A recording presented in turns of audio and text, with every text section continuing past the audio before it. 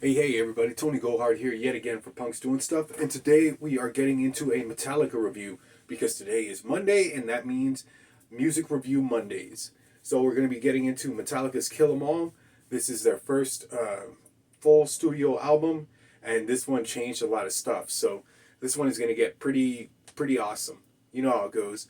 Anyways, the way that it's going to work is I'm going to read some of the facts and stuff that found on Wikipedia, stuff like that. Then we'll get into some shameless self-promotion, and then we will be getting into the way that I feel about the album because I listened to it quite a bit.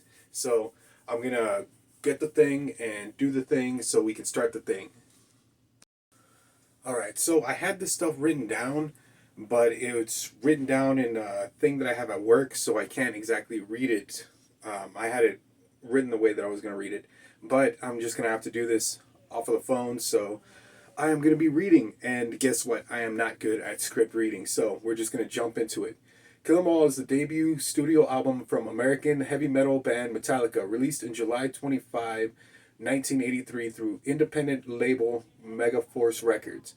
Metallica began by playing shows in local clubs in Los Angeles. They recorded several demos to gain attention from club owners and eventually gained attention from club owner relocated to San Francisco to secure their services of Cliff Burton.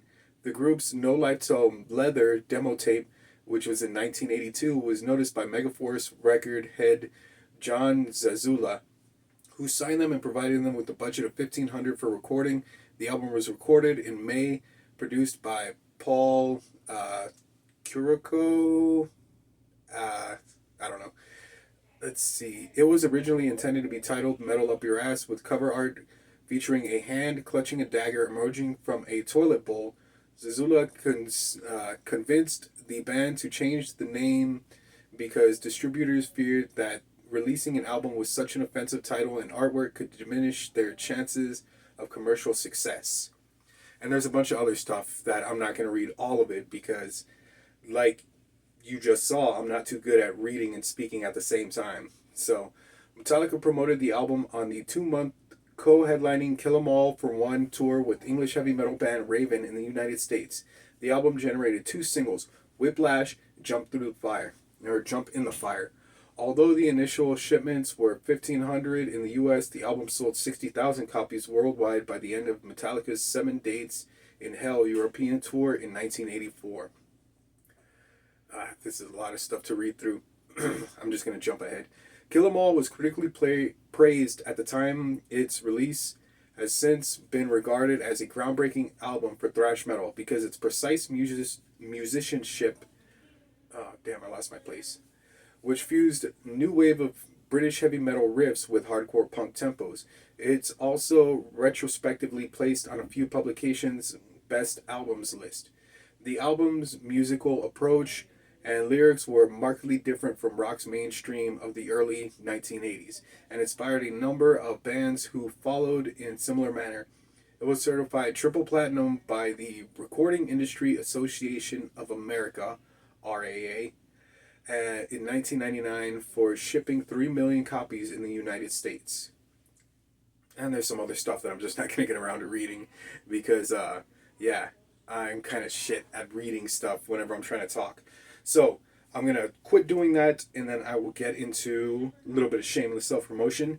Did you know that you can be supporting this channel by joining onto the Patreon? Jump onto the Patreon, donate some cash. It helps me out. It helps me to, figure stuff out, probably get something to drink, something to eat, all of those kinds of things. And I'm going to start putting an end card at the end of the videos with Patreon's names on there.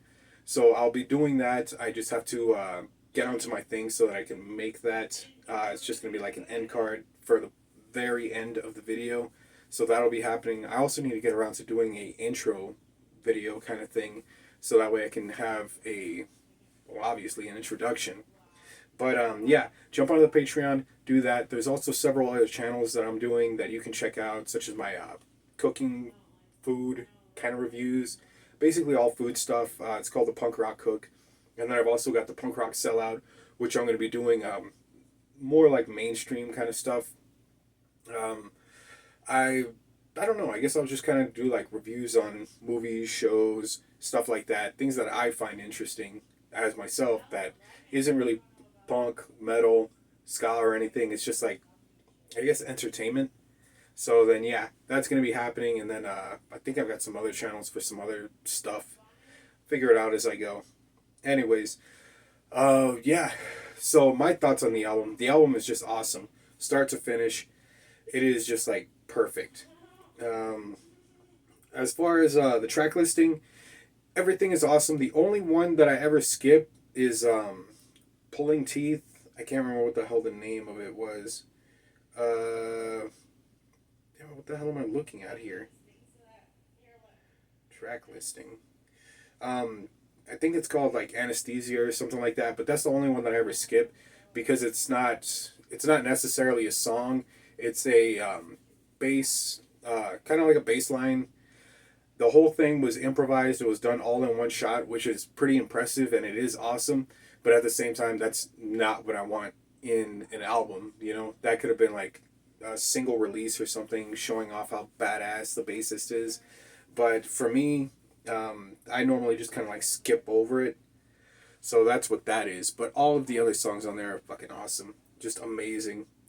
Um, I don't know why the hell it's showing me this stuff. It's like, what the hell? I guess this is the way that it came up initially in the vinyl because it says side one, side two, bonus tracks, and bonus tracks digital issue. I didn't get any of that stuff. I just had the CD with all of the music on it that I got from a Walmart in the middle of nowhere. I was surprised that I could find something that was actually awesome. So I got that, and I was working at it was a manufacturing plant at the time. So I would just be, banging pipes in and knocking stuff into place, and it was pretty awesome. It was like exactly, this music fitted exactly. It was hardcore, it was fast, it was badass, and it was exactly what you needed. Have a cup of coffee in the morning, jam that, and then that was your day. You were set. So yeah, my favorite track probably on there was Whiplash, which was actually one of the releases, and I understand why they put it because it's an awesome song. But basically everything on here is just full throttle, 100%, start to go, end to finish, all of that, just perfect. And that's the second Metallica album that I had, but I didn't know that they played music like that. That was badass because the other one that I had, my uncle had given it to me, and it was the Black Album. Enter Sandman, all that radio friendly stuff. So I listened to it and I was like, this is awesome. This is actually awesome. How come people all, Enter Sandman, Exit Light, all that crap, but they never talk about the good stuff? So that was awesome when I found that out. And yeah, we're just going to end the video here because, I don't have anything written down and I don't have any way to go further. Also, I can't put any music on this video because then I'll get some sort of copyright claim or whatever. But yeah, the album, awesome. The feel, perfect. The length, it was a good little amount. It was just right. So it wasn't too long of an album, and it wasn't like super short. Because some bands they'll release albums, and you're like, what the hell? That was all. So that's what's up with that. Hit that like button, subscribe, drop a comment in the comment box. Let me know what you thought of the album. If you heard it, you've been listening to it forever. If you're from the old school, from back then, and you were actually in those shows in LA, let me know what's up. And I'll catch y'all in the next video.